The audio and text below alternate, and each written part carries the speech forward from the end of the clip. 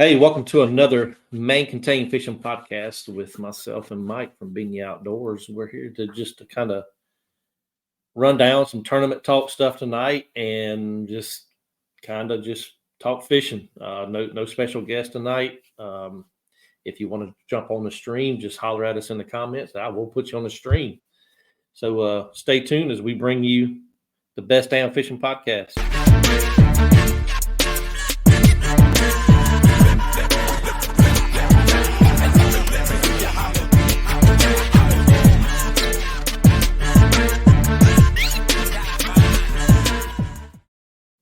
Hey, welcome back. It's us tonight. So we got bear fishing in the house already. That's my Canadian counterpart that I was telling you about with the battery situation. Well, welcome to the show, Bear. I'm helping him smuggle batteries back across the border. Yeah, I got to hear that story. So, what's the deal with lithium batteries not being able to ship to Canada? Is it just here's my theory, and I can't prove it, but so with Zepro's in Texas, right? Right. My guess is they airlift them. So because mine showed up, like that one showed up in 2 to 3 days.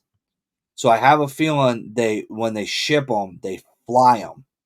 And I wouldn't be surprised if Canada has some stupid regulation because of all the issues with lithium flying. And other than that, Canada sucks, and they don't like to let us send stuff over there. So, to be honest, the only good thing I know that comes out of Canada is bear fishing, and that's just because he comes down to Vermont to fish with me. So, other than that, everything else can just stay up there. So, we've got a Facebook user. So, what's up, bud? But give you a hint. If you're a Facebook user, make sure you hit /StreamYard.com/Facebook so we can see your picture over in the comments. Actually, Bear, if you're still looking, buddy, that's you. Hey, my pile of crap. We're in the same boat. It's funny, dude. It was funny when you joined up and you were like, "Hey, look what I got." And I'm like, "Yeah, I got one of them back here already." Hey, that was a pretty good deal, dude. Because is that sale still going on? It is. Z-Pro, powered by Z-Pro. Main contained fishing is powered by Z-Pro lithium. They have a sale going on. You get a 30 amp battery and a charger. That's actually the better charger too. Yeah, this is the 12 volt 10 amp charger pack. So so mine's only a 5 amp. So that's actually going to charge your battery faster than mine will because mine's only granted, mine's 12 volt. Yeah, it's 5 amp. So yours is going to be even faster to charge than mine will be. And like I said, mine only takes, after a full 4 days of fishing, running 2 GoPros and a fish finder for, we'll say 20 hours rounded off. It takes like 2 hours. There's a little white on it. It's green. It's red when it's charging and green when it's done. Right. So, Mr. John G. Wilson in the show. Hey, Tim. Glad to have you here. I don't know if you were in the live stream of my show. I'm glad you're in this one. You won my giveaway. So if you want to shoot me an email of your address, I will mail out your little prize pack. I'll put it in the chat for you. Good deal. I've been waiting to see if I can find you. I'd like to welcome Chris Caldwell to the show. Tim. But yeah, man, we're just here to talk fishing. Anybody got any questions? Want to learn something? Want to talk some crap? Dude, I'm so excited. I got open water. The ice finally melted. There's water out there, man. I finally can go fishing. It's crazy. Like we've had like nonstop rain for 3 days, which is gonna screw me a little bit. So where I want to go do that lake trout trolling thing I was telling you about, right? The problem is that's the end of Otter Creek, and the creek is roaring right now. So this is like a huge, long stream or river essentially, but it's all the like mountain snow and all that filters into this. It's super like there's so many different tributaries to this creek that like you'll go from like in the summertime, it'll be 6 inches of water, and then there'll be 9 feet. Like, it's just that varying depending on what the waterfall is. So it's going to be interesting if I can even get out, because sometimes the whole road to the ramp will be completely underwater. So me and my dad were actually talking for the last 2 hours. I don't know if I'll be able to get down there. But my home lake down the street from me, 20 minutes away, but that's down the street when you live in the country, is open. So I'll be able to at least try to get out there and bass fish. And if you guys can see all those boxes back there, I'm complete re-rig of my kayak. Yep. I'm going to have horizontal rods. I'm going to have doing a whole overhaul. So how you going to mount your horizontal rods? Yak Gadget. I bought those rod stabilizers, dude. They're pretty freaking cool. I'm pretty impressed with them so far. I haven't used them yet, right? But what I'm going to do is I have a length of the Scotty track, and on my old town, I'm going to put a track on the back by the tank well, and I'm actually going to run my rods backwards. So I'm going to run the tips towards the back, so I'm not running them into the shoreline when I go into shore.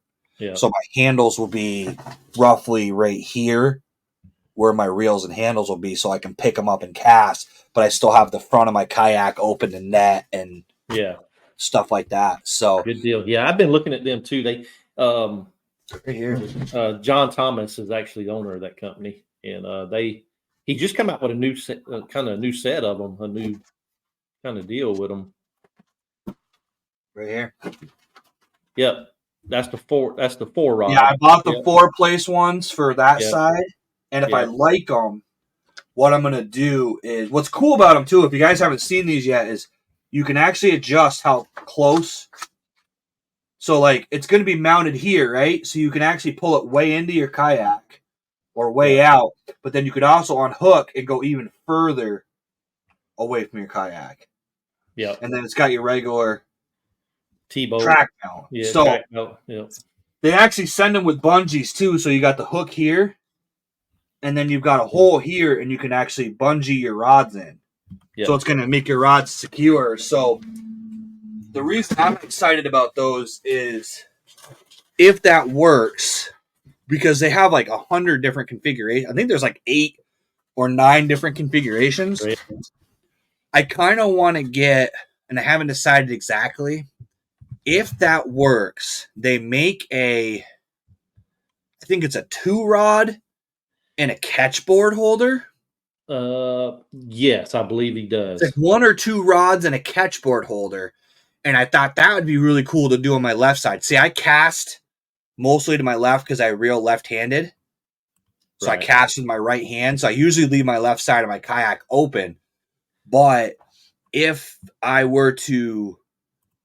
like these in their position properly, yeah. So there's that one right there with that's another one I thought about getting with the paddle clip in the middle. Yeah, so this is the that one right there is what I was talking about. Yeah.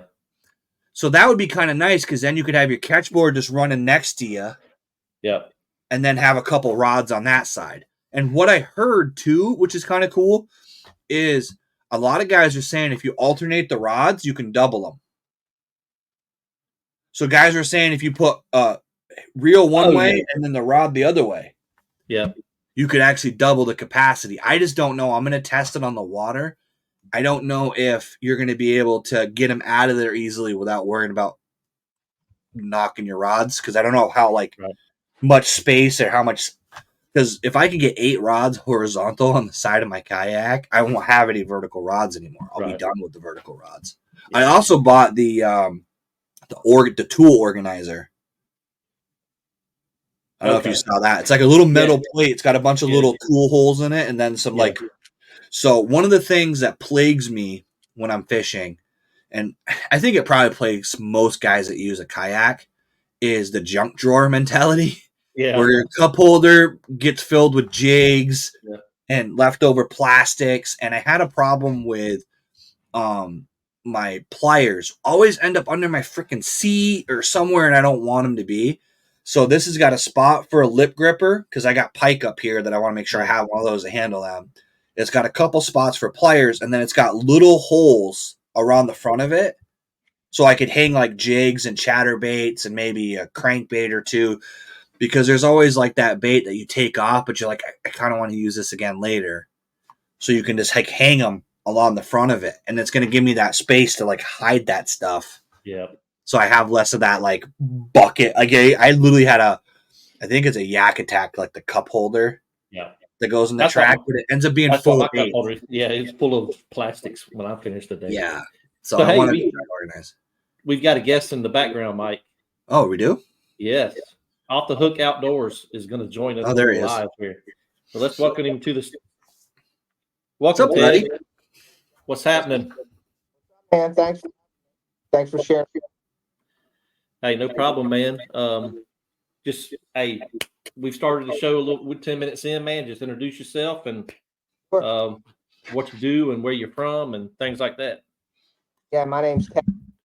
I am I content creator. My channel is Off the Hook Outdoors. I make custom baits as well, custom soft plastics. I have a website for that. I just asked to be American Outdoor Network with you guys, so I appreciate that. So thank you very much. I'm out of Pittsburgh, PA. So I'm in PA. I do hunting. My passion is hunting and fishing. Hunting more than fishing, but I'm into both pretty hard now. And I do a lot of family video channel as well and stuff like that. I do live streams, giveaways, things like that. So, but yeah, my passion is really hunting and fishing. So I've been doing this for about 3 years now on YouTube. Uh, got a lot of partners and affiliates I work with right now, so I'm pretty blessed for that. People have reached out to me, and I've reached out to them as well. You know how that works on YouTube. You can Right. you want to go after it. The only thing I could say is no. So that's how I approach things. But yeah, everything's going good. It's busy. So, I just try to keep putting out videos every week and trying to keep growing my channel and things like that. So yeah, so it's exciting to be on the network too with you guys. And Binya, I've been trying to get him on a live for a while, and he knows it. Dude, we were talking like nonstop for a while, and then we kind of stopped talking for a while, dude. It's been like probably a year at least. We've always like tried to coordinate stuff, and then stuff fell through or whatever. But yeah, right now break at work. Like I work 3 to 11:30 until the summertime. Then I go. I'm like low man here, so I've been working 3 to 11:30, which is really tough.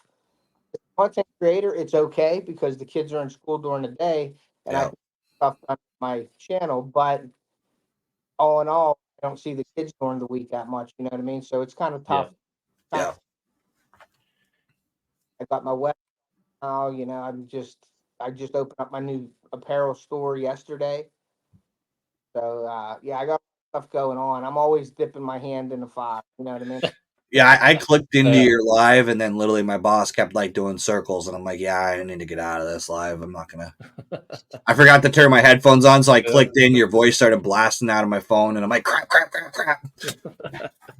Yeah. So yeah, talking about content creation, man. Working a full-time job. I work swing shift, so I'm fixing to come off night shift for 6 months, going back to day shift. So a lot of my time is during the daytime is trying to get content created, fishing a little bit. I also run kayak tournaments online, in person. We're fixing to kick off the Georgia Tour Kayak Series this year, later this month up in Macon, Georgia, which is in the middle state of Georgia. Yeah. So it's just, I'm a busy man. Plus, I made him run a second series up here because I wanted a northern series, so I added another trail for him. And it's crazy how consumed you get and how quick, just there ain't enough time in a day for everything. And especially passion, like almost don't want to go to work. You just want to continue doing your YouTube and the fishing and the hunting stuff. But we all know you can't do that because we're not money on YouTube. Right. We're all working for the insurance. So. Yeah. I've literally called out sick so I could finish editing videos. I'm not gonna deny that. I've definitely done it. Yeah. No, I've done it before. Staying up at the lake house, fishing the lake, playing sick for the next day because it was really good the day before. guys, you guys talk a lot. You guys are into the kayak fishing. I don't. I have kayaks. Up more for pleasure with my stuff like that. I don't fish from them, so I enjoy listening to you guys kayaks and stuff like that. I have a boat that I fish from, and I fish from shore with the kids and stuff too. I have a Yeah. range bass boat that I use, and I go out and that. So when I'm listening to you, I'm learning from you guys and listening to what. This is what Yeah. happens when you have kayaks: is you buy all this crap to make it Yeah. like a bass boat. Like this. Yeah. Well, dude, I mean, I believe me, I uh, had my thoughts about getting something set up just so I enjoy fishing with friends and family on the boat all the time. And a yak, you can't. Yep. So for me, it would be just like a getaway thing. So I probably wouldn't go buy a jack or a Hobie or nothing like that. I'd probably buy a Walmart special and off the way I'd want to do it and go out and fish myself. But Yep. I enjoy my boat and having people on it. My kids. I have Well, bass boat too. I just don't use it as much. yeah. Well, let me throw this out, Ted. Is we're trying to get the bass boat guys to do the same type of fishing we do in the kayak, but still in the bass boat. Yep. As far as the catch, photo, and release. Oh, It's that, and and just because of the amount of fish that are brought to a weigh-in, I used to be in the bass boat world myself. So, when you're talking, if you got 30, 50, 100 anglers and you bring 5 fish in on a 100 angler, that's 500 fish you're bringing out of water, putting stress on them. And, Yep. Now the mortality rate, all 100 fish could live, or all 500 fish could live, but I know. yeah, Yeah, I'm but actually fishing a tournament. There's going to be 370 boats on June 9th up at Pritzker here in PA. We fish it every year. It gets bigger and bigger every year, and they do that. And I when I first started fishing, I thought, I've entered a couple. Let me back up a little bit. I entered a tournament where there was people out on kayaks that when you caught the fish, they would come over to you and they would measure it for you and they would write it down.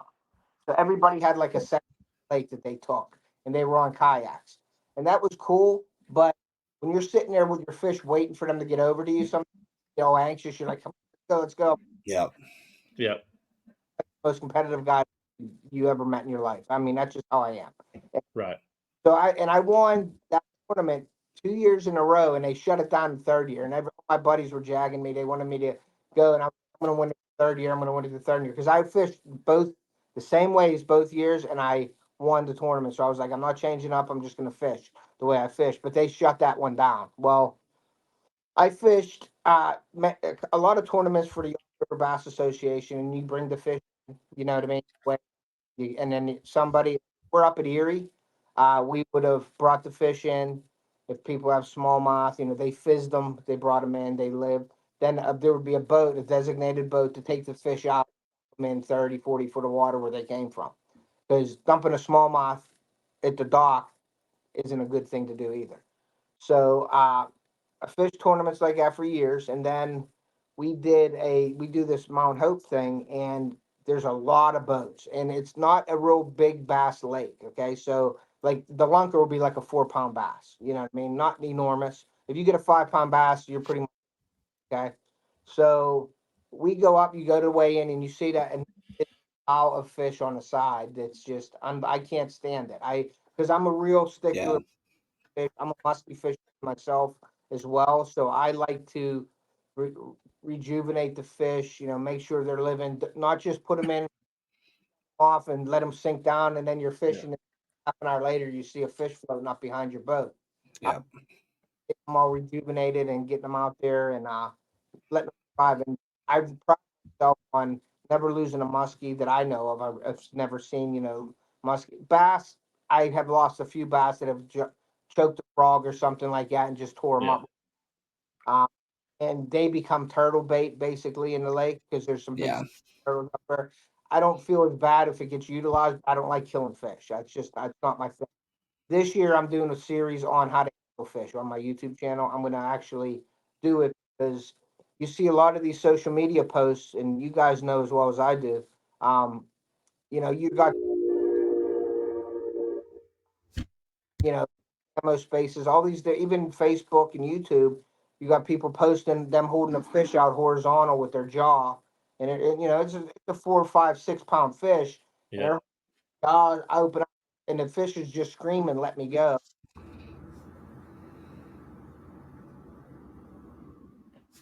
I think we lost his audio. Yeah, I think I lost him for a second.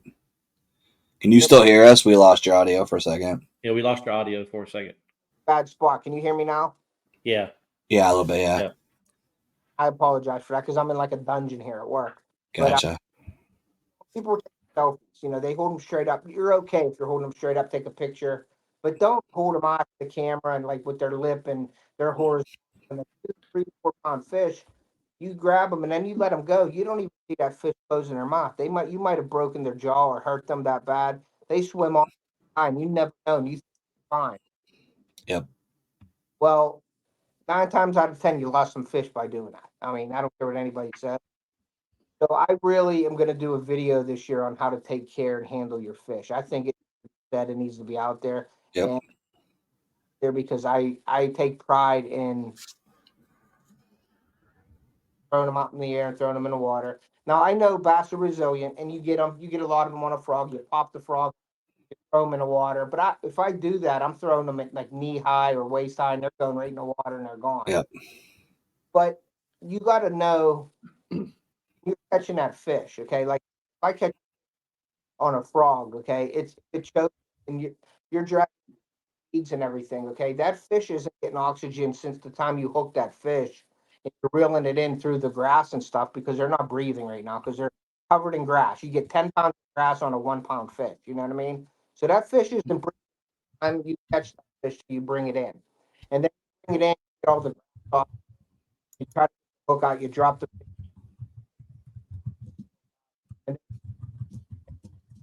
different pictures, and then you throw the fish in. You see him go in the water, turn around and start fishing, but you don't see that fish just cradled himself into the weed. They ended up floating up a half an hour later. So Yeah. do a video on it, and I'm going to let people know how to handle the fish. I actually chased a smallmouth down one time. So I had a smallmouth I was trying to measure. I was doing an online tournament and I put it on the board and he kept jumping the board. It was like probably almost a 4 pound smallie, and it was small. I don't know what it is about smallmouth, man, but those things do not want to be measured. There's just something about them. And I was fighting with it. I finally got a good picture of it. I put it back in the water. It seemed like it was fine. I revived it. And then I'm fishing. And literally in the video, if you actually watch the video, you'll see me go, I'm casting and I'm talking. I'm like, oh my God, guys, that was my PB smallmouth. And then I just stop and I'm looking. And then the video just cuts out. It's because I literally shut my camera off, pedaled my ass off because I saw the side of that fish come up to the top of the water. Mhm. Went back over to that fish, netted it, put it in my net, revived it again in the net, and I was like, literally, like, come on, man! Like, I felt so bad. I'm like, sometimes it happens, but Yeah. Yeah. Even largemouth down here, especially in the summer months, we're talking June, July, August down here, and down maybe there into it's worse. September. It's just the heat is so bad down here sometimes. Yeah. And I have a metal catch board, and having that thing underneath your seat in the kayak, it heats up. Oh yeah, And if Oh yeah. I always dip it into water and kind of cool. get it into water, cool it down a little bit, and then put the fish on it. Well, But Shan was saying that in my podcast, Yeah. actually. He was saying, and that's something I never thought of. So they always teach you to wet your hands for trout, but they say you should do it with bass. Like Shan was saying, you should do it with Right. bass too. And to be honest, am guilty of that because I never thought of, like, I guess with a trout, you can feel the slime coat. With a pike, you can feel the slime coat. A bass, it doesn't have the same wetness to them. So you don't think about it. Well, you got trout with they don't have scales either, so they Right. It's a skin. have this. And same thing with, I guess, our chain pickerel, what we call a jackfish down here in the South, Yeah. is the same. It's got very tiny scales. It's almost like a skin. Yeah. Yep. And man, you pick them things up, you're holding them, trying to get Can't hold and on to them. Yeah, they're like they're slimy, man. It's like, But yeah, Sham was literally saying like wet your measuring board and wet your yeah, hands before you handle them, and he was saying the same thing about the whole freaking horizontal yeah, like I get it if you're trying to get a portrait, but hold the fish, like yeah, support that thing. yeah, You don't want to on that jaw. That jaw is really thin. You bust that, you don't even know. Sometimes you can dislocate it, and Yeah, you put it in water, and he closes his mouth, he's dead. yeah, I've caught them with like you could see where it healed, Mm-hmm. and their yeah, jaw was like always like it's like an overbite at that point. It doesn't really truly like their crushers don't really work at that point. They kind of lose that ability. Getting yeah. back to the question about the bass fishermen doing the bump boards, I'm all for that. I fish right now. I don't know if you guys are familiar with Shane Flynn Outdoors. He's on YouTube. Yep, Yep. yep, And Shane, I know Shane. I don't know him real well, but I know him pretty good. And started that, kind of fishing. And it's you get the code just like a kayak. You right, got a lot of fishing video, a lot of fishing live streams where I was fishing in his tournaments and I was catching bass and measuring them on the live stream, and measuring them that way and showing people how to, and then just putting them right in the water. I like that method. Now, people are going to say, "Oh, the old school way is the best way." I love it when you got the measurements and the weight and all that, but you know, I guess when you're doing the bump board thing, you're going by inches, and everybody is used to weighing your fish, Yep. and but I don't see nothing wrong with total inches is fine. Until your best five, weight. That what happens in that tournament, I believe you get your best 5 inches and like the five measured in inches, and the biggest weigh it for the tiebreaker. right. Okay. Agree with the weight on somebody weighing it because of you're not there and all that. It's all just hopefully everybody's honest, but I know there's people out there that are not. If you go onto those 20X's and stuff like that, I used to fish those.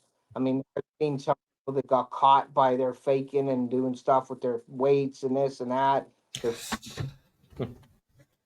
like that. So there's people out there that will do it no matter what, no matter how Yep. friendly the tournament is, or if you're going to win this, you're going to win this wing sauce here on the tournament. Somebody wants to win that wing sauce, and they're going to. It's a shame that people are like that, but it happens. Yeah, It's actually a lot harder to cheat with a measuring yeah, board tournament. Like there's a lot of rules and the way the rules yeah, are like you could the whole walleye video that became viral. Like it's not hard to throw a couple 1 ounce weights into that fish just to get a couple ounces. You can't really stretch a fish. Like there's some techniques you yeah. can do. There's definitely I've seen some stuff, but it's harder to make that fish look longer than it is to just stuff something down in there. Yeah, and talking about CPR tournaments, people, I know there was one fisherman a couple years ago. He cut several tails on some fish and Yeah. submitted this. But fish have identifying marks on them that you can really Yeah, look at and see and things like that. So I like the idea of measuring with a code and taking a picture because, like Phineas said, you can't really fake the measurement. Like if you get a full picture like you're supposed to, you got that mouth closed, it's pushed up there, you got the tail, you can squeeze your tail down a little bit, but you're basically letting it go to take the picture. What I mean? yeah, Not Yep. holding. I know people that put fish in, the door on your boat. They'll put their fish in there and step on their door to get their fish another half inch longer. I've seen it before. People will do fish, and it hurts the fish and kills. Like yeah, you get in their door of the boat to get a half inch out of your fish, man. Yeah. It's that makes that big of a difference to hurt that fish to do it, and it drives me crazy. But like I said, if there's a way to cheat, somebody will figure out the way. so, Well, that's why they started going to catch boards. So that's why a lot of the bump board organization companies, the old standard used to be the hog trough until they yeah, realized that guys were flexing it. flexing it and So what they were doing is they were putting it on their leg and they were pushing down on the end of it so hard that it was making the board bend. So they were getting a little bit more. They were getting about a half inch on every fish. yeah, So like catch makes theirs out of aluminum and that plastic. You can't bend those. You're gonna break the board before it bends. yeah. Yeah, My I would. My catch board's in my truck out there, but but yeah, you're not bending that No, aluminum. it's going to break That before you. The aluminum won't. fishing. You could use the aluminum as a self-defense weapon if you really Yeah. wanted to. Aluminum stick aboard, but I also have the fish on one. It's Yep. the big black numbers, and I on the boat deck, and I put my fish in it. I'm not touching it, so nobody anything. Like sometimes when with me, he's 11. He'll hold like, okay, now you let it go. Take a picture. He's afraid to jump out. I get there, move your hands. He moves there. Make sure it's pushed up, mouth closed. But I've seen a lot of tournaments too where you see the picture of the back opened and it's on the bottom jaw and it's out and the mouth is open and they count it sometimes. I'm not the guy to say, hey, that didn't was open. I just let it go, and I sort of let the other people do dirty work and let them say, hey, that don't count. Mhm. Type of Yeah. person. But yeah, that's a great idea to do that in the basketball. And Major League sort of went to that, went to that style, measuring right there with somebody in there and dumping them right in the water, which I think is Right. a for Yeah. sure. They're. I think them. Just like the Bassmaster Elite Series just did it on Lake Fork this past go around. Because the Lake Fork is a highly managed fishery. Yeah, they And, don't they allow weigh it. them. Yeah, and they weigh it. I think you're gonna see a lot of lakes start to do that kind of stuff. I think you're gonna see a lot of, because what it is Bassmaster has no choice on that. That is Lake Right. Fork. That is that's a state regulation. That's Yeah, not That's a right. they don't have a choice. That's where I think a lot of this stuff is gonna go is like the biologists want Bassmasters to do this or do that. But they're going to do what they're going to do, and it's their business, so they're going to make money the way they make money. So what they're going to do is they're going to take these big bucket list lakes, these lakes that they have to fish, your Lake Forks, your Toledo Bends, your Lake Champlains for me up here in Vermont, and they're going to go, no, you can't have a weigh-in, you have to weigh it, and they're going to have to comply if they want to fish those lakes. Well, and my thing is most of the time they've got a marshal in the boat anyway. Yeah, what's the So difference? why not just take a certified scale that everybody uses, and you take the weight, write it on the clipboard, and release the fish. yeah, and I think everybody has the same scale. You can do that. That's all can be done. Yeah. Have somebody on there and just doing it. Now they're Well, from a presentation standpoint too, also, it's nice to know what the actual weights are, because before you were basing it off what Ben Milliken said that the fish weighed. And he could be sandbagging. He could say that's a 5-pounder and it was a 4-pounder, but that's what he said to the camera, so that's what they're putting on the Bass Live. yeah. That's right. Whereas when they're doing it like actually with a marshal, the marshal's yelling out the weight, and that's an official weight at that point. Yeah. Looking at it, I like that idea. Yeah, there's a lot of people even on YouTube that are holding 2-pound fish and 4 pounds, and I'm like, are you kidding me? Yeah. Tell by your hand size and the fish size, like you can Yeah. tell your experience. I'm not saying everybody does it. I'm saying there's sometimes where people are like, that's 5 pounds, and they throw it in the water. I'm like, well, weigh it. I guarantee it's 3. You know what I Yeah. mean? Yeah. When you actually hold that fish up, like they're holding up a 13-incher, and they're like, that's a 5-pounder, and I'm like, Yeah. that'd be a pretty impressive 5-pounder. I'm gonna trash talk a little bit. Is that okay? Yeah, sure.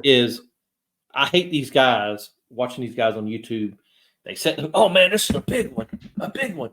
They reel it. Oh yeah, it's big, and they got one hand on the rod and doing all this, and they pull up a 2.5-pound fish. Now I'm sort of guilty of doing that when I set that hook at first. Like, oh, it's a big one, I'm and then done. it ain't that big. Sorry. Yeah, that's what I'm guilty of that a lot, and actually I will trash talk sometimes I literally will trash talk myself in the video, and I'm like, oh, that wasn't that big. Like I'll literally, but yeah, no, the thing is, I think sometimes what happens with that, especially if it's a jig fish, is when you set that hook, if you're fishing vegetation, you basically drag that fish into a wall. So when you get that hook set, you're like, whoa, Yeah, like what is that? And then all of a sudden they pop free of that vegetation, and you're like, oh yeah, no, that's Yeah. not what I thought. I actually the other day, like not the other day, but like last year, I was telling Daniel in a video, like one time I actually set the hook on a rock, and I was like, oh, it's a monster, and then I'm like, wait, there's literally no head shake, there's nothing here. And I start reeling, and then all of a sudden it popped free, and I was like, "Oh yeah, that was Yeah. definitely not a fish." Like Roy says from USA Kayak Fishing Magazine, this is Roy. It's theatrics. It's that make it interesting. hey, it's what the people want, right? Frog fishing. I'm a big frog fisher, Yeah, and you get that initial hook set with a frog. You set that hook. All of a sudden, boom! It's like feels like it's 10. You know what I Yep. mean? Yeah, but that's cool though. There's nothing Yeah. funner than like a horny toad or a topwater frog bite, though. I don't care if it's a 8-incher or a 4-pounder. There's just something about when they hit that thing on top. Like the only problem I have is I literally use like a moderate rod for that, not Yeah. because it's technique specific, but because if I don't, I need to put that buffer.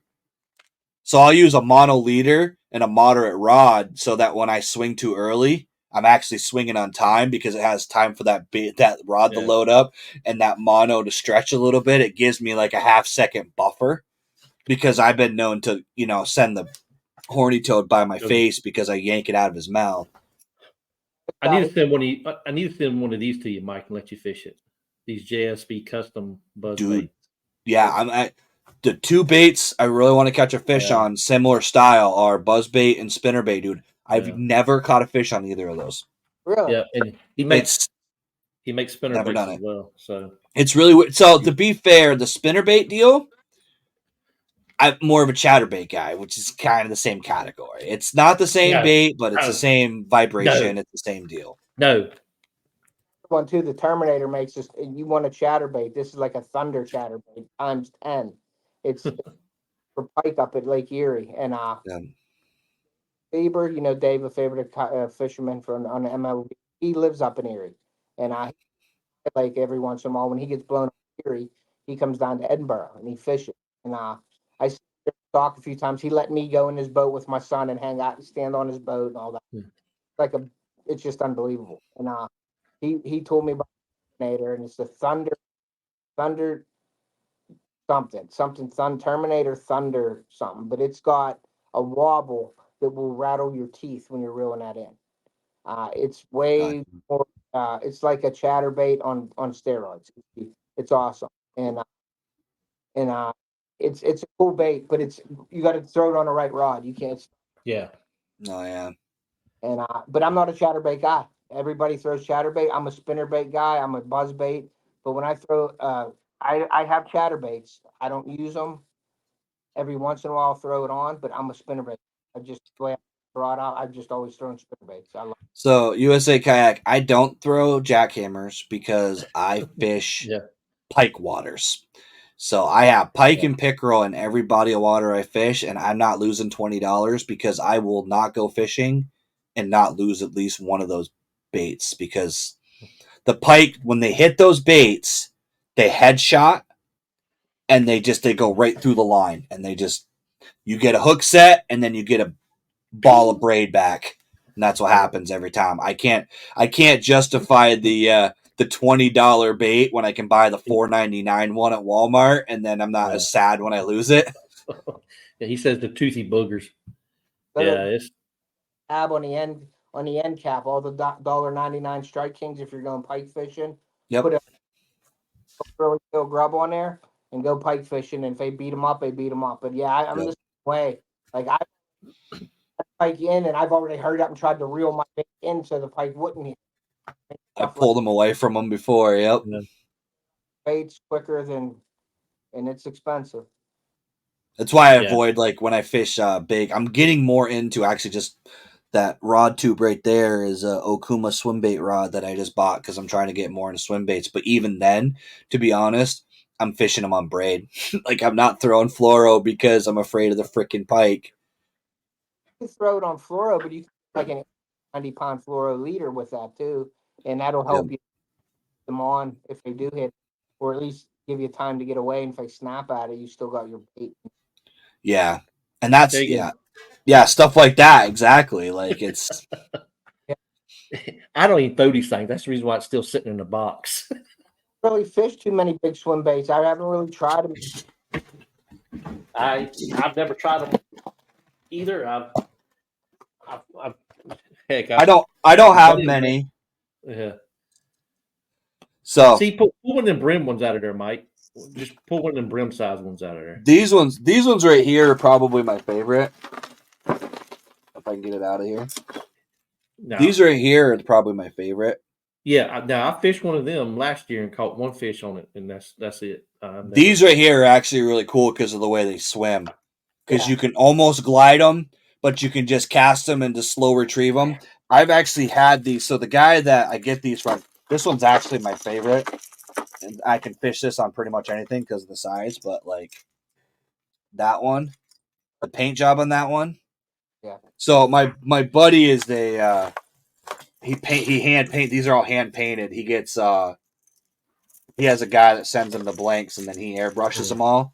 But like this one right here, I've literally had fish bluegill schooling with this like it was their mama.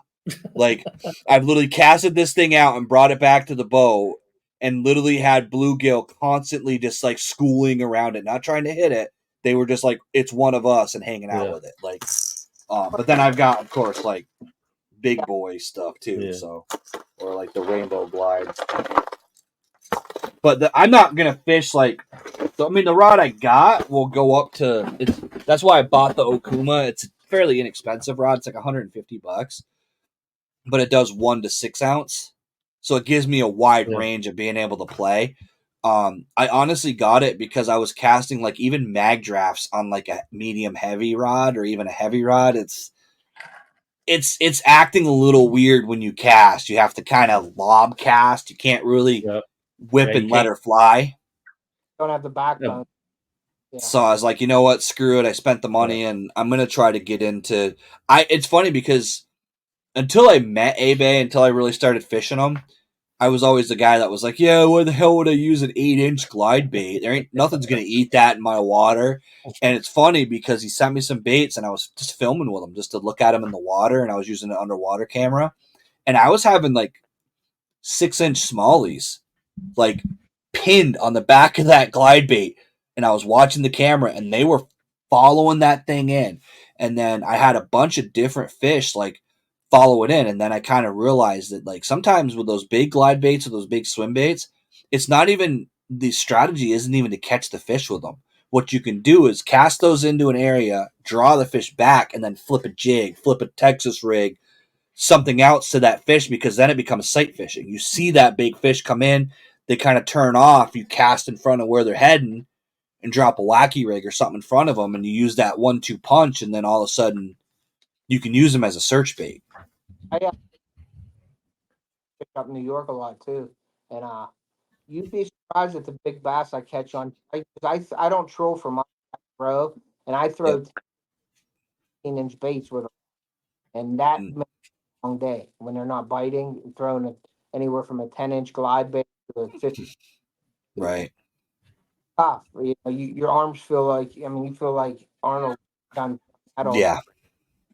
A lot of big bass on 10-inch glide baits. Yep.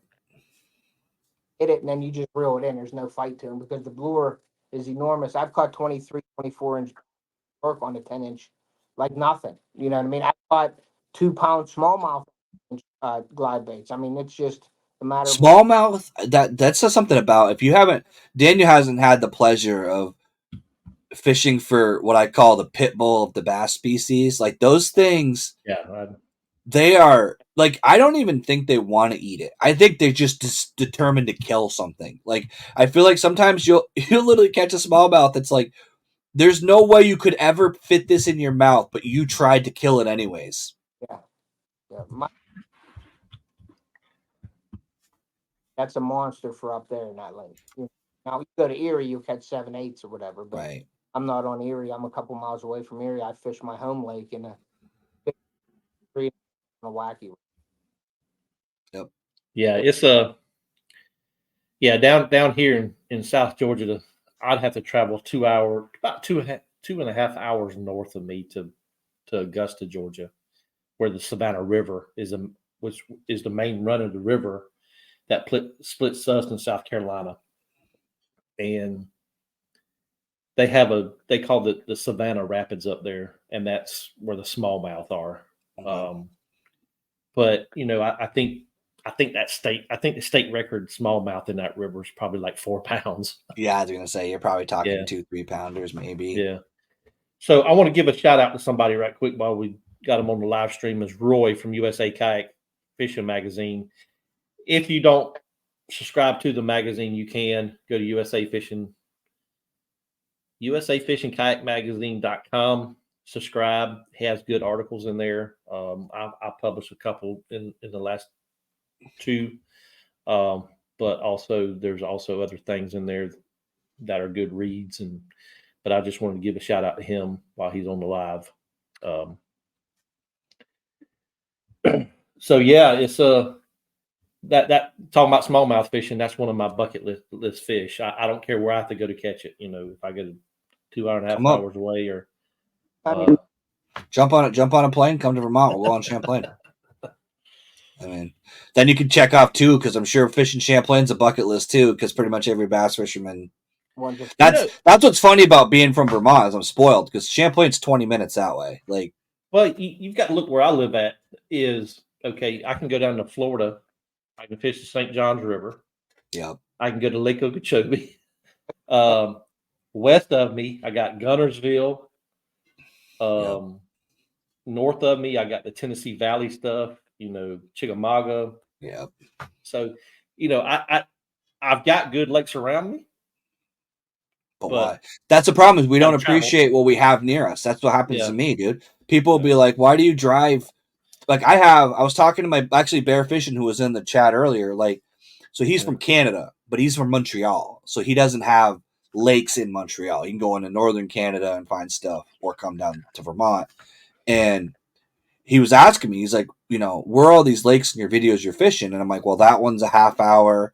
That one's 45 minutes. That one's 20 minutes. That one's 15 minutes. And he's like, dude, you have all of these lakes and you're catching those fish? And I'm like, yeah. And he's like, then why are you driving 3 hours to meet me up by the border? And I'm like, because I get bored because I've caught fish in these lakes like all the time. And I want to go fish somewhere I haven't. Like, one of the biggest things about like fishing for me is like going to an area. One of my favorite things to do is go to a lake I've never fished and catch a fish there.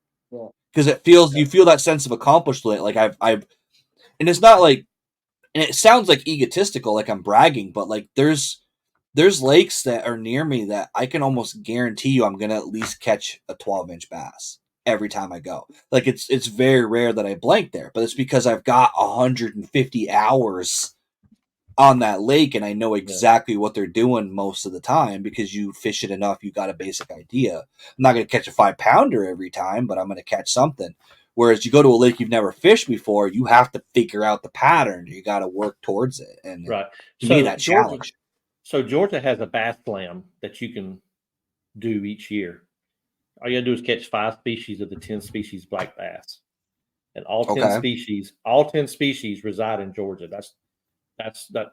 I would have to say that's kind of amazing to me as an angler down here is I can catch 10 species in a year of different type black bass. The Swanee, the red eye, the spotted, the largemouth, the shoal bass. If you're gonna shoal bass fish, you've got to come to Georgia. That's the only place they exist. Oh, that's a plan is to come down at some point. Yeah. I'm planning on coming down there for that for sure. Yeah. Florida, I just fished Florida this past in December, but I crappie fished because it was so cold down there, and Okeechobee just was shut off. We went out with my John and Lindy from Smallwater Charters. Yeah. And we were down there and fishing with them, crappie fishing. So my kids all caught their PB crappies down there. Nice. Yeah, John. I bet they're big in there. Yeah, they catch some monsters down there on that lake. When I go down there, on Okeechobee, I go down every year to meet up with. the fish. We stay in Port St. Lucie with my wife's friend's house, so we stay there, and then we go out and or two. And I always end up doing their live Friday night or something whenever they do a live when I'm down there. So fun. That's Yeah. cool. Yeah, John and Lydia in Coastal Coastal Fever. Fever. Yeah, Yeah, Doc. I've talked to him. Yeah, I've talked with him about trying to get a trip down there to go peacock fishing. Yep. Yeah, they are good people, man. Good people. It's funny how you meet people on YouTube and then you become friends and then you. Dude, it's the Yeah, funniest. That's I think the yeah, funniest thing about this game, dude, is like you like I can text Mikey Balls right now. I can text Alex like you meet these people that like you have no reason to have a conversation with. Like when Mikey got a kayak, he called me and he's like, "Hey, dude, I'm thinking about getting a Jackson. What do I need?" Mhm. And I was like, "You're asking me for advice? Like I've been watching your YouTube channel for 4 years, learning how to bass fish, and you're calling me how to rig a kayak? Like what?" But it's like it's just you meet people at shows. Like I've actually literally I went to my first trade shows. Like I was working the booth with Abe, and I was just there basically just to hang out. But I was like, they got me in with a vendor pass, so to repay them, I was helping them sell baits and work in their booth and stuff. And people were literally walking up to me and recognizing me from my YouTube. And I have now 1,000 subscribers. At the time, it was like 400 or 500. And it's like it's weird being recognized for YouTube when you're so small, but like there was a lot of vendors and stuff that knew who I was too, and it was really weird to like these people know you and you don't know how. Go short with that either because that means you're doing something decent. People are watching it, so that's sort of like a stamp on. I always think of like you're growing, and I don't have to grow 1,000 subscribers every month. I'm cool with Yeah, just constant growth. You know what I mean? Slowly. The yep, way people are slowly subscribing, then they're watching. You get and you've seen it and you know it yourself as content creators. You get channels out there and they had 450 subscribers yesterday, and then tomorrow they have. It's like okay, come on now, but it's just not. It don't happen that way. Anybody that's doing it right yep, knows that it's not that way. You know what I mean? You yep.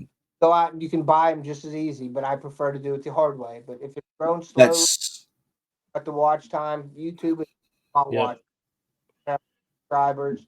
Back in the day when YouTube first come out, if you, people wouldn't talk to you unless you had 1,000 subscribers, uh, right.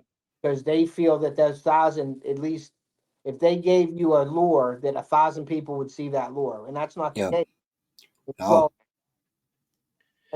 watching. It's all watch time. You want people. I would rather have 1,000 viewers watching all my stuff than 10,000 not watching any. See, Right. that's how I am too. I'm the same way. Like Yeah. I actually said it when I hit 500. I was like I don't. I would rather have. I mean, let's be honest. My goal would be like say 5,000 subscribers, but of that 5,000, 2,500 I've interacted with. I know are watching my videos. They're part of the community. Like a lot of people. I mean, even the people in the Yeah. chat here. Tim Williams. Tim Williams was in my live stream watching mine, last week, and like there's a group that follows you, and I'm sure, to be honest, I know some of the ones that watch mine watch your lives too. Yeah. Like there's a community that you build, and I'd rather have that network of people who feel like they can message me and say, "Hey, I'm about to buy a rod. Should I get this one or that one?" I want to be part of that. Yeah. People my cell phone. Like I did it in our chat and our Yeah, angler my cell phone out there because I want to talk to people. I want to talk about things because I yeah, learned myself off of you guys. And in my videos, I feel that I'm putting stuff out there, and it just works for me. I'm not saying it's the only way to do yep, it. So try it. If you don't, or make a comment. That's why we do lives. You make comments. I learn. Hey, that's an idea. I never tried that idea, and I yeah, go try that, and I learn, and I catch something on it. That's what it's all about. Is like the action with your fellow fisherman, fisher lady, and you're learning off of each other. Like by no means do I ever go into a video or a live saying, okay, this is the way to do it. It won't work any other way. It's my highway. Da, da, da, da. I'm always open for suggestions, learn from other people, and that's what I like about that platform. when you're doing lives, you could pull something out of that live if you really want to and learn something from other people, even though you're the one that's running the show. Dude, I learned. Yeah. I had Shan, the aquatic biologist, on my podcast for 2.5 hours, and I'm going back through and like ripping shorts out for just push stuff out, and I'm rewatching this and going, holy shit! I was so busy checking the chat and watching stuff that I didn't even like. I'm literally I sat there and realized for 30 minutes, entertained with my own live stream that I was hosting, listening to him talk about stuff. And I was like, holy crap, I'm literally rewatching my own live because it was entertaining. And it's like, that's one of the reasons why I started doing lives, was because I can get a different perspective. And yeah, Daniel's from Georgia, but something that works in Georgia still works up here. Yep, right. Bass or bass. Like at the end of the day, they're gonna bite the same stuff. Now, granted, my color patterns are gonna be more perch centric because that's the main forage. But I'm gonna tell you right now, a gizzard shad color works in Vermont. I've never seen a gizzard shad. I don't even know what a gizzard shad looks like, other than what the gizzard shad pattern on a bait is. Never seen it. Doesn't exist here. But that color works here because it looks like it's alive. It looks like something that's moving. They don't care what color it is. You work that bait the proper way. Yeah. And sometimes the proper way is like, honestly, you know how many times I've been working baits wrong for years and then watch YouTube and go, holy shit, I was doing that wrong the whole time. But doesn't matter. Yeah. I know they drop shot a lot up there on the smallmouth lakes.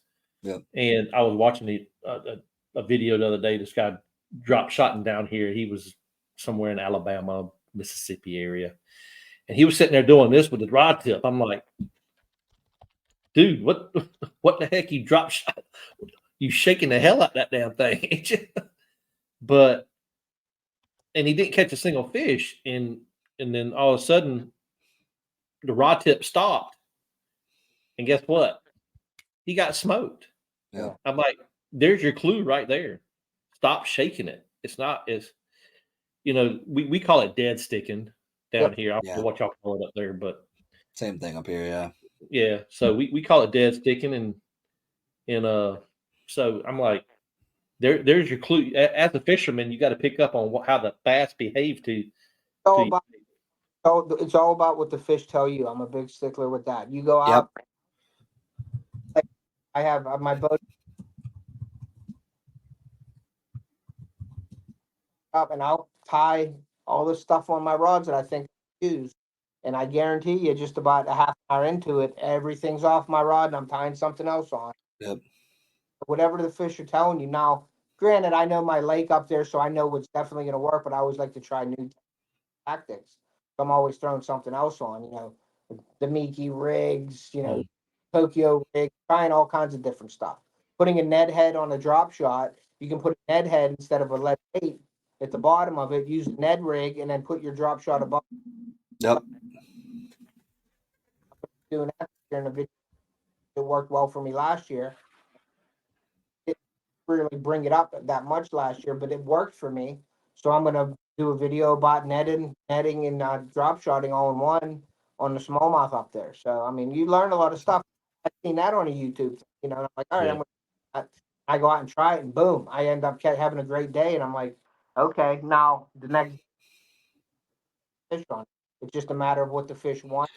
The key is, honestly, the biggest key to it is, and it's something that I fought for a long time, and I refuse to do it, but keeping a log or a journal or writing stuff down is huge, because you write down that worked, right? It worked in this condition on this lake with this situation. And the more detail you can have, the better. I've started chart. I went like full nerd on it because I was like, if I'm going to do it, I'm going to freaking do it. And I've got like pie charts and graphs, and I've gotten to the point now where I can go into an Excel sheet and put like, there's a southeast wind with clouds and there was a storm yesterday, and it will like filter down to, okay, I should fish this lake, or this lake with this bait because I've gotten it down. But you sometimes remembering the database, having that knowledge of, the last time I was here, like one of the things I did that was kind of like that, but like the drop shot wrong thing that Daniel was talking about. Yeah. Sometimes I'll literally put a long leader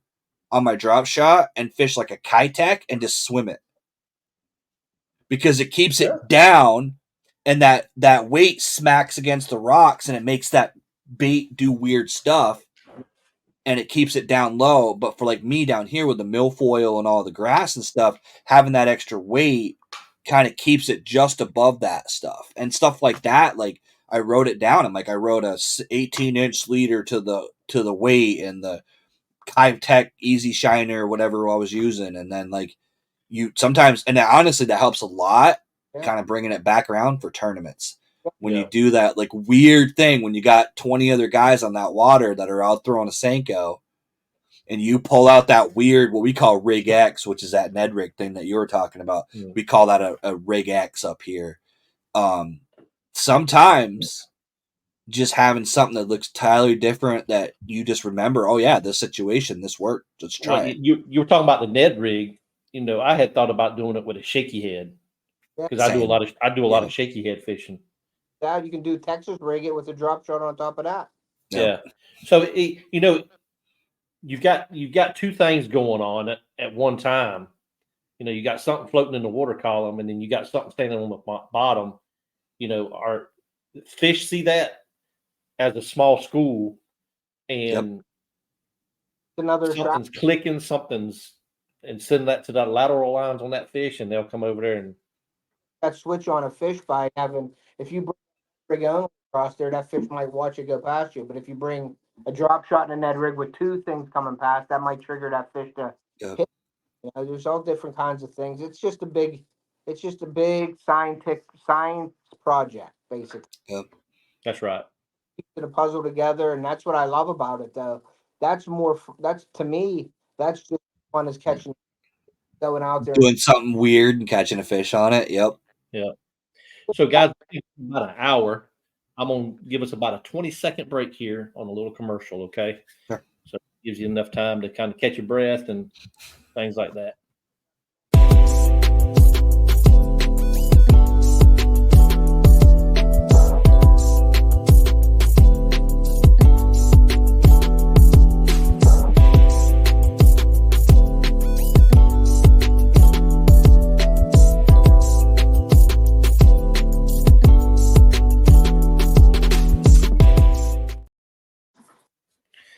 All right, welcome back. We're gonna go for about 20. Oh, sorry. So I posted a reel on Instagram, and I just got an alert. So Vermont actually put in a ban on wake boats. Like they put regulations on wake boats. So I just got a notification. Apparently, in the last hour, I've got 900 views. So it's up to 1,400 views on that reel now. Basically, I took the news broadcast and put some funny clips in between. But so what they did here is they made it so if there's not 50 contiguous acres around the lake, you can't use them. So there's 30 lakes that just wake boats are just outright banned. Can't have them anymore. And then you have to be 500 feet off of both shorelines and 20 feet of water or deeper. Yeah, that's so they limited them to the middle of the lake is what they're doing. Yeah. Shoreline erosion is tearing up the shorelines and stuff like that. Yeah.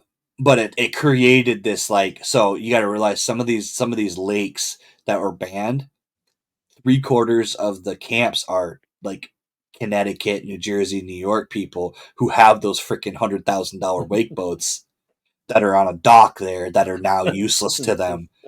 So they got this $1 million camp with a $100,000 boat that's absolutely useless for them now because they're not allowed to use it on that lake anymore. You're saying that I can bring up some cash up there and buy some land, dude? It's gonna create some rage because the thing is they're not even gonna know until they get the fine. And I know for sure, knowing how our fishing game works, May, June, and July, they're gonna be out there. It's the only thing that's going to suck is for bass fishing is you're going to want to make sure you have your license, you have your PFD, you want to make sure you have all your boxes checked, your flare guns and all your crap, because the thing is they're going to use, it's a gateway thing. So they're going to be like, hey, because the other thing I bet you is in Vermont, you have to have a boater safety certificate. You have to take the course. Yeah. And I guarantee you a lot of those guys don't have it. And I know they don't have it because they wouldn't have put this ban in place because they would have been following at least some of the rules. Hey, listen, guys, I'm gonna have to get out of here because my lunch is over. So, but I appreciate you having me up, Daniel. Thank you, Benya. Thank you for having me up. Let's do it again. Let's do that. What we talked about on our chats and stuff like that. Let's get together. Yeah. Get a little chat going or something like that. I'm all for that. So just feel free. I left my cell phone in there, so put it in your phones. Feel free to text or call me anytime, and I really appreciate each and every one of you guys. Yeah, Ted. Next time you come down to Florida, man, you might have to stop in Georgia and we'll do some fishing together. I got some secret places I can take you. Sure, I drive right through Georgia. We usually stop in Georgia and get a hotel, so I'll definitely hit you up for that. Yeah. So I'm literally about 15 miles from I-95. So okay. We usually stop in like Savannah. Sometimes we stop in Savannah. That's me. Yeah, then we're ready to. But yeah, for sure. Guys, thank you very much. I appreciate it. Until next time, keep me posted doing over there. I'm really excited about that. So, yeah, thanks. Man. Thank you, Ted, for joining us. Yeah, have a great night. You too. All right, man. Well, that worked out right. We had a mystery guest. Hey. Yeah, we weren't really prepared to have a guest, guys. We kind of had a lull. I guess. I mean, honestly, though, like it's funny because the spawn. I don't have my co-host right now. PJ's working on some other stuff, and he's kind of busy right now. But like, I haven't done now that I think about it, like other than like bringing him in, I still haven't done a live by myself in a long time. I do sometimes like little pop-up ones for my truck on my lunch break just because it's fun, but like it's weird like when you're by yourself. It's hard for people to like follow. Right. I'm really hoping that people will be in the chat like asking me questions because I'm like, what do we want to talk about? Yeah. He does them all the time by himself. Ted does them all the time by himself. He does? Yeah, like he does. He'll literally be like making baits, and he's like, "Yeah, I'm just pouring plastics today," and he's just like talking about it, like. But yeah, I've seen him on Lydia and John's podcast. They do it with Coastal Fever. Yep. Down around Florida, they're all out of Florida, South Florida. But yeah, they have a good time on there too. They. Hi, what's up, Ram? What do you need? So you good? You good? What do you need? She feels like she needs to be part of every episode at some point. Huh. Hey, kid. Hi. Just like a big kid, right? Dude, the problem is that I treat them like kids. My dogs have their own couch. I'm not even kidding. So we didn't get rid of the old couch because we got a couch for my parents that have like the recliners on either end, and I just didn't want them tearing it up. No. So we kept the old couch, and we literally named it the dog couch, and that's the one they lay on. Like, that's how spoiled my freaking pets are, is they have their own couch. Yeah, so Mike, we're going to talk about the tournament kicking off in May for y'all up north. Yep. Let me get my little map here. I feel like Dora the Explorer here. I signed up. Did you see me sign up? Yeah, sure did. I didn't sign up for the tournament yet, but I got the membership. Yeah. So I'm gonna give you the peek of the map right quick. You know that's just a peek of the map. I can't give all my juice away because I got some other things in the works. So with it's still called the Northern Region. You know, we're going to kick off the Northern Region. So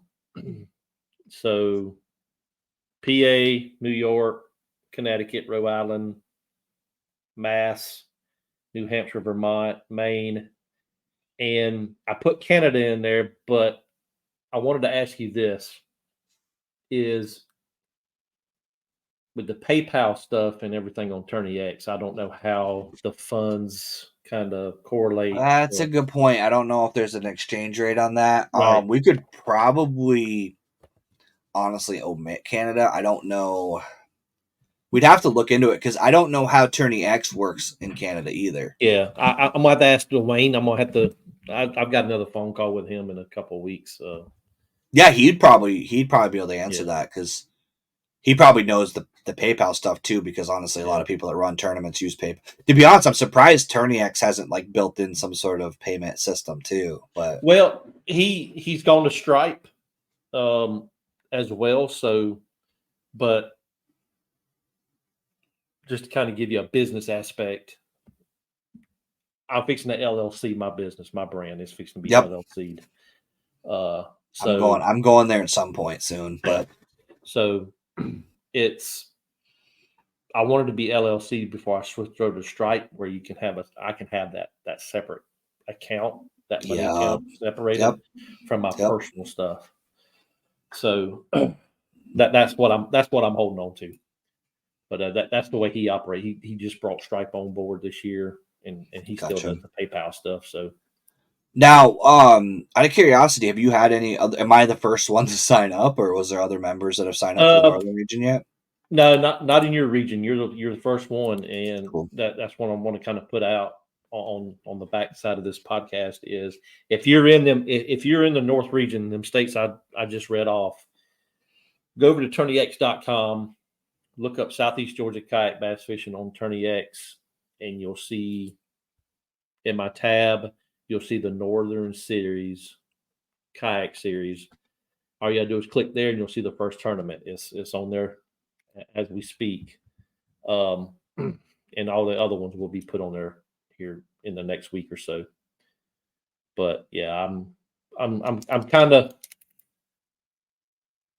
dabbling my foot up north, if you more or less in the tournament world. It's right there. Yeah, right there. So. It's something that, so guys, just to understand the basics for those of you who haven't seen any of the previous podcasts, essentially, I'm going to break it down very, very simply. It is a month long, so it's not a specific weekend. It's not a specific day. So there's one advantage. You don't have to worry about being at XYZ Lake on Saturday at 4 a.m. You can fish your favorite body of water. Public body of water. Great. Yes, true. Public accessible body of water. All you need is a kayak and a catchboard and a phone. Yep, that's your equipment, and then you need some sort of identifier card. But to be honest, an identifier card is an index card. I mean, this could be an identifier card as long as you write on it with a Sharpie. Right. And there's an angler of the year, so you actually get to compete. If you enter into the membership, which is what we were just talking about, you could actually see where you stack up. Now, I'll tell you right now, if you like watching this podcast, I'm going to be in that tournament. If you like watching Mainstream Fishing's podcast, guess what? I've been talking to him. He's going to be in on that tournament. Bear Fishing, that was in here earlier. I'm convincing him to try to get on the tournament. So you're going to be able to see where you stack up against a lot of people. I've actually been talking to, I saw you were on the MAKB page talking to Ken Wood. So a couple of the guys from MAKB, I've talked to Nate Shagnon and a couple other guys, and they're talking about getting in. So there's going to be people. It's a grassroots trail. It starts off kind of small. It's going to grow over time. And honestly, the best way to promote this thing is word of mouth, guys. So if you're interested, you got buddies that are interested. It's a very low barrier to entry. The membership's $20. I can tell you right now, I've entered into a lot of kayak trails. Most of your membership fees are $50, $60, $70. The entry into the tournaments is what, $45, I think is what you were charging. That's right, $45.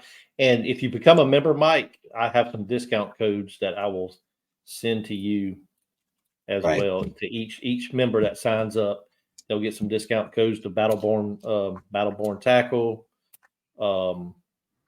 and some other stuff as well we got lined up. So, yeah. But yeah, we're and if anybody knows anybody I can talk to up the north about sponsorships, reach out to me. My email is daniel@sgkbf.com. So yeah, man, I'm hoping this thing would take off this year, and we can have at least about a 10 to 15 angler pool each month. And we'll grow from there. I'm excited about it because also the other thing is, if you guys like this podcast, you like mine, you like do you like hearing your name said? Because guess what? If you compete, I know on my podcast, especially if there's 10 anglers, I'm going to read all the names. Right. So I'm just going to read the final standings. Yeah. So what we'll do, we'll in the future podcast as the tournament series goes on and things like that, we'll start talking more on the tournament side. We'll probably limit our guests to about a 35-minute segment. Yep. And then on the back half will be the tournament talk stuff, especially on the Main Contained Fishing podcast. Absolutely. That way I can get exposure to all the anglers in the tournaments. I can say some things about the sponsors that I currently have, some other things, and all that fun stuff you got to do for to keep people happy. So yeah, man, it's like I said, thank you for joining tonight, everybody. I know this wasn't the usual podcast. I got some other people in the works. I've got AJ coming on. We're trying to set up a date for him from Battleborn Tackle. He's from out in Nevada way. Nice. Battleborntackle.com. I'm going to try to get Michael on from JSB Custom Baits. Just talk about their do their bait stuff. Try to get Tim on the live from Death Dealer Baits down in Jacksonville, Florida. We had Al earlier, but we want to shout out to Al from the American Angler Outdoors. I always screw that up. I want to say Gray Goat Lures. Yeah, every time. Yeah. But if you are a content creator and looking to get your content on a network, he is currently seeking out content creators to get stuff on the network. He goes around to these tackle shows, these he's been hitting a lot of trade shows. Yeah, trade shows. There you go. That's the word I was seeing. It's taao.live is the name of the website. taao.live. And you also get to watch our content. Yeah. But yeah, it's a growing thing. He's trying to get it. He's trying to get more content out there for people to watch on a network. So if you are a content creator and you're listening to this or watching this here or in the next couple of days or weeks or months, reach out to him. Great guy. Myself and Binya's got our